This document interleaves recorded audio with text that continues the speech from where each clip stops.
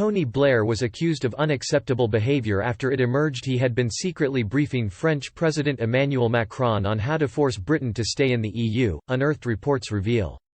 Since he retired as Prime Minister in 2007, Tony Blair has led a relatively quiet life. Due to the inquiry over the Iraq War, security worries prevented him from attending the launch of his own memoirs. He also appears to have lost every battle he cared about or was involved in, from Jeremy Corbyn leading the Labour Party to Britain's withdrawal from the EU. According to a report by The Economist, though, the coronavirus crisis is giving him a new lease of political life. He is reportedly dedicating his personal energy and the collective resources of the Tony Blair Institute for Global Change to the COVID-19 pandemic.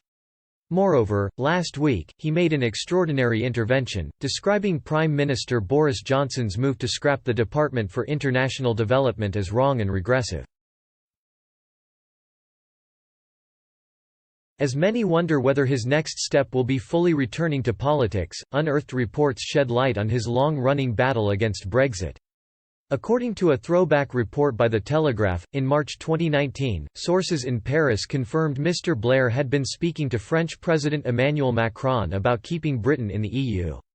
The former Prime Minister reportedly believed that if the bloc stood its ground over the Brexit deal, Parliament would have caved in and accepted a customs union, which would have kept Britain yoked to Brussels or triggered a second referendum that could have cancelled Brexit altogether. The Sunday Times quoted a conservative source saying of Mr. Blair's dealings with Mr. Macron, he's saying, "You've got to hold firm and then we'll end up staying." Sources in Paris said Mr. Blair had been lobbying the French president, but drew a distinction between lobbying and briefing. They declined to comment on Mr. Macron's response to the approach from Mr. Blair. A spokesman for Mr. Blair said, "We don't comment on private meetings."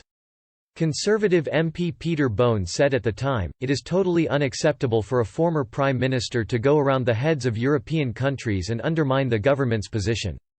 I'm not sure we could find another time in modern history when this has happened."